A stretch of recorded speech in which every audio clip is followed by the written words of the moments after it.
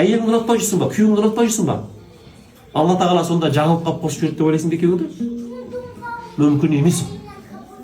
Апама жездем сай дейді ғой, оның терең философиялық мағынасы болды, Алла қосқан. Құданы Құдай қосады дейді ғой, қазақ. Құдай қосқан ол, ал Құдай жаңылмайды. Егер жарасамай жүрсең, екеуіңнің ақымақтығың, екеуіңнің Алла тағаланың қадіріне жете алмағаның, Алла тағаланың берген нығметінің қадіріне жете алмағаның, екеуіңнің жеке бастарынан нәпсі дейміз ғой, нәпсіден аса алмай қалып соқтығысып жатқан әрекеттерің ғана ол. Екі қошқардың басы бір неге сыймайды дейді қазанға, сол қошқар деген нәпсі ғой. Ал егер сен бойыңдағы жауапкершілікті түсінсең, ата-бабаңнан келе жатқан жауапкершілік және артындағы өсіп бара жатқан ұрпағың алдындағы жауапкершілікті түсінсең, түзелу оңайда. Өйткені шынына келгенде адамнан адамның жорғасы жоқ негізінде. Осы бәріміз осындай адамбыз. Жанымыз бар, тәніміз бар, негізінде бірдей ақшы негізінде. Қадіріне жетсең, құны артады. Қадіріне жетпесең, оның құнын түсіресің, және жаңағы айтпақшыдай шүкір етпеген дүниеден айырыласың деген сияқты, қадіріне жетпеген дүниеден адам айырылып қалады екен ғой. Денсаулықтың қадіріне жетпесең, денсаулық кетеді. Ағайынның қадіріне жетпесең, ағайынның ынтымағы кетіп қалады. Жұбайыңның қадіріне жетпесең, жұбайыңнан айырыласың. Балаңның қадіріне жетпесең, балаңнан айырылып тынасың. Барлық нәрсе сол сияқты. Керек болса мына ақша бар ғой, ақша. Кейде ақшадан қысыламыз ғой, мен өзім анализ жасаймын да, сонда мына ақшаның қадірлемесең бұдан да айырылады дейсің ғой. Қадірлеу деген қандай?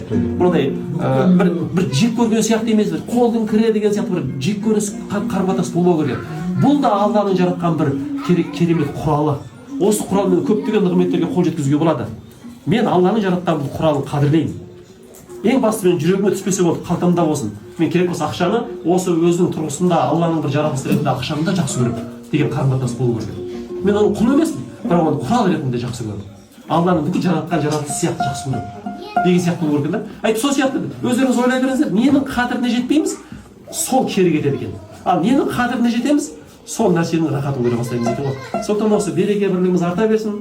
Бала шағамыз қиямет қайымға дейін келеді. Бала шағаларымыз бізді қуантатын, біздің мерейімізді тасытатын балалардан болып, ұрпақтардан болып аман есен ер жете берсін. Жанымыздағы жұбайларымыз да аман болсын. Осы жұбайларымыз гүл-гүл жайнап жүрсін. Және ең басты осы төрде отырған жаңа айттым ғой, біздің анау ойлап қарасаң бір ғана 77 атамыздан бері жалғанып келе жатқан тегіміздің міне тамыры болып отырған осы кісінің арқасы шынымен ақшы. Береке дегенші. Сол кісіні біз қаншалық жақсы көре аламыз іштей, қаншалық қабылдаймыз.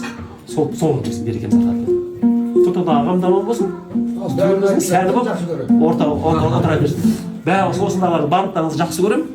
Алла тағала бәрімізге жар болсын.